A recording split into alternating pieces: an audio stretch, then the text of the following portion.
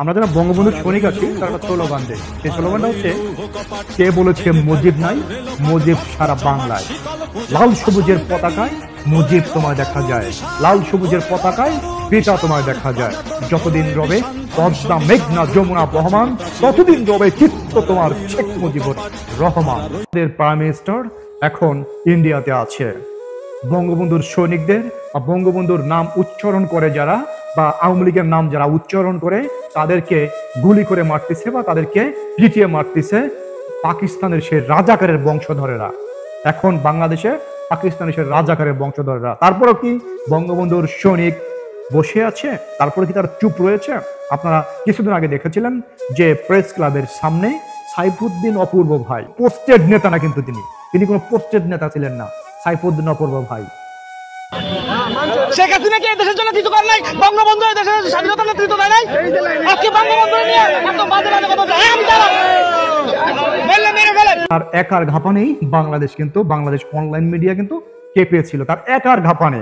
ওইখানে কিন্তু চারিদিকে শত্রু ছিল, চারিদিকে ছিল কি হায়নার দল। আবার আমরা দেখতে পেলাম একজন মডেল অভিনেত্রী মিষ্টি আপু, তার নাম, সেই মিষ্টি আপুর একার ঘাপানে বাংলাদেশের অনলাইন এখন থরথর করে কাঁপছে।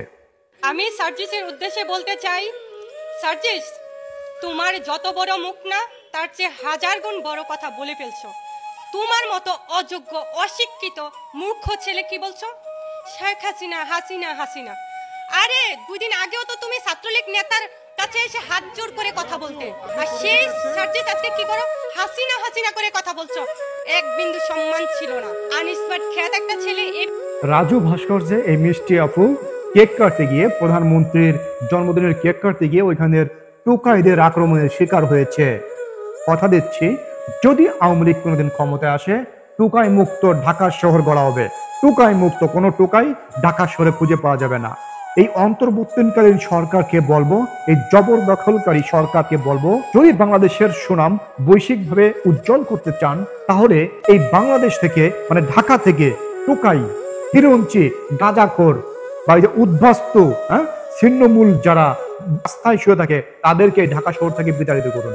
যদি বাংলাদেশের ভাবমূর্তি বহির্বিশ্বে উজ্জ্বল করতে চান, কারণ এরা খুব ভয়ঙ্কর প্রাণী। এরা যে কোনো টাইমে, যে কোনো সময় মানুষের চরম একটা বিপদের কারণ হইতে পারে।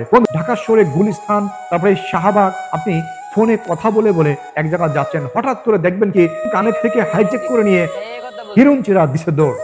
আবার মনে করেন কি আমার এক মা, আমার এক বোন, হয়তোবা সে হাঁটতে হাঁটতে রাস্তা দিয়ে যাচ্ছে, দেখা যাবে কি তার গলায় যদি কোনো গহনা থাকে, তার কানে যদি কোনো গহনা থাকে, সেই গহনা টান দিয়ে কান ছিঁড়ে, কানের গহনা যদি থাকে কান ছিঁড়ে নিয়ে যাবে, তারা নিয়ে দৌড় দিবে। আমরা এই টোকাই মুক্ত ঢাকার শহর চাচ্ছে, এবং এই হিরোঞ্চি, গাঁজাখোর, এই ছিন্নমূল যারা আছে, বসে আছে, তাদেরকে একটা প্ল্যাটফর্ম তৈরি করে দেয় আপনারা। যদি কেউ বলে যে আমার কিচ্ছুই নাই, আমার পুড়ে খাওয়ার ছাই নাই, কোনো কিচ্ছু নাই, আমি গরিব, নিতান্তই গরিব, আমি এখানে থাকবো না, কোথায় থাকবো? তাদেরকে একটা প্ল্যাটফর্ম তৈরি করে দিন, তাদেরকে একটা জায়গা দিয়ে দিন, সেখানে তারা থাকবে, সরকারিভাবে থাকুক সেখানে তারা। কিন্তু এভাবে রাস্তাঘাটে শুয়ে থাকলে বা রাস্তার মানুষদের এভাবে ডিস্টার্ব করলে অনিরাপদ নগরী হিসেবে এই ঢাকার শহর আর কতদিন অনিরাপদ নগরী হিসেবে ঢাকার শহরের নাম হবে? তাই বর্তমান যারা উপদেষ্টা আছেন তাদেরকে বলবো, অনিরাপদ নগরীর নাম থেকে ঢাকাকে বাদ দেওয়ার জন্য এই সমস্ত টোকাই, এই সমস্ত ছিন্নমূল, এই সমস্ত গাঁজাখোর, এই সমস্ত হিরোঞ্চি, তাদেরকে ঢাকা থেকে ঘাড় ধাক্কা দিয়ে দরকার হয় বুড়ি দুর্গানাতে ফেলে দেন। এরা মানুষের কাতার পড়ে না, কারণ কি এরা কাজ করে খাবে না, এরা হিরোইন খাবে। এরা কাজ করে খালে কিন্তু কোনো সমস্যা হয় না। রিক্সা চালিয়ে খা, এটা চাকরি কর, এক জায়গায় ব্যবসা কর, কোনো কিছু করবে না, কিন্তু তারা একটা ভঙ্গিমা ধরে, তাদেরকে ভাব ধরে, মানে জীবন একদম শেষ করে দিচ্ছে। রাস্তায় রাস্তায় একটা প্ল্যাটফর্ম তৈরি করে দিন, অন্ততপক্ষে ঢাকাবাসী যেন শান্তিভাবে রাস্তা চলাচল করতে পারে। মুজিব সৈনিক, চারিদিকে মুজিব সৈনিক পাবেন আপনি। ওই যে আপনার সামনে যে ক্যামেরা ধরে আছে, ওর ভিতরেও মুজিব সৈনিক আছে। পুলিশ, আর্মি, র্যাব বাহিনী, সেনাবাহিনী, বিজিবি, এদের ভিতরেও মুজিব সৈনিক আছে। গার্মেন্টস কর্মী, এদের ভিতরেও মুজিব সৈনিক আছে। হাট বাজার, অফিস আদালত, সচিবালয় থেকে শুরু করে সব জায়গা মুজিব সৈনিক আছে। হয়তোবা এখন পরিস্থিতির শিকারে সবাই মুখ বন্ধ রেখেছে, কিন্তু সময় হইলে সবাই সাড়া দেবে, এটা আপনাদের চিন্তা করতে হবে না। যাদের যে নেতাগুলো, যে নেতা আছে, তারা কিন্তু এখন মাঠে নামবে না। মাঠে নামবে কারা? যে আমার মতো যে সমস্ত নেতারা কখনো নেতৃত্ব দেয়নি তারা নামবে মাঠে। হ্যাঁ, তারা শহীদ হওয়ার জন্য সেনা এরকম টান টান করে দেবে। হ্যাঁ, বন্দুকের সামনে সেনা টান টান করে দেবে, কোনো ব্যাপার না। কত লোক মারবেন? লক্ষ লোক আছে, আওয়ামী লীগের লোকজন প্রস্তুত আছে। হাজার হাজার লক্ষ লক্ষ কোটি কোটি ভক্তবৃন্দ, কোটি কোটি আওয়ামী লীগের লোক আপনারা দেখতে পাবেন। আচমকা হুট করে কোথা থেকে এত লোক আসলো?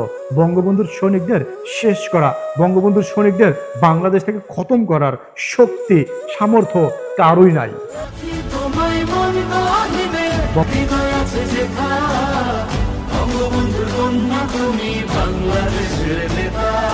বঙ্গবন্ধুর সৈনিক যারা আছে তাদেরকে বলতে হবে শেখ হাসিনার সরকার বারবার দরকার, উন্নয়নের সরকার বারবার দরকার। কে বলেছে মুজিব নাই? মুজিব সারা বাংলায়, এক মুজিব লোকান্তরে লক্ষ মুজিব ঘরে ঘরে, লাল সবুজের পতাকায় মুজিব তোমায় দেখা যায়। ওঠো বাঙালি, ভেঙে দাও যত শোষণের জাতাকল, আর কত মাসুদ আর কত উৎসব, কত তোফাজ্জল।